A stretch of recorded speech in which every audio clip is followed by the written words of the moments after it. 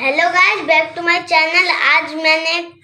मैं आज आपको एक सोल्डिंग मशीन बना के दिखाऊंगा। तो शुरुआत करते हैं। चलिए, पहले हमको लेना है एक वायर, फिर उसको इधर से छील के ये एक छोटा कील लेना है।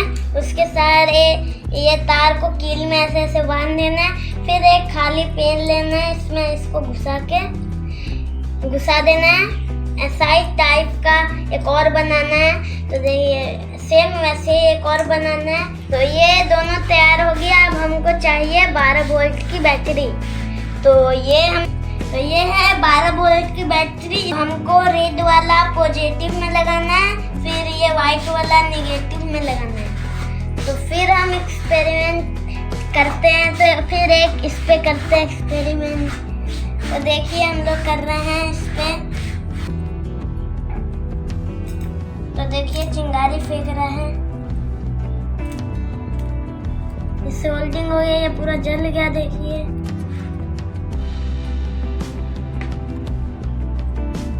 देखिए, हमने इस पे सटा के एक इस पे सटा, एक इस पे धीरे धीरे सटा। देखिए, ये पूरा सोल्डिंग हो गया। तो ये कैसा लगा ये एक्सपेरिमेंट? तो ये मैंने खुद से बनाया था, ये सोल्डिंग मशीन। तो इसके लिए लाइक एंड सब्सक्राइब करें और वीडियोज के लिए जय हिंद।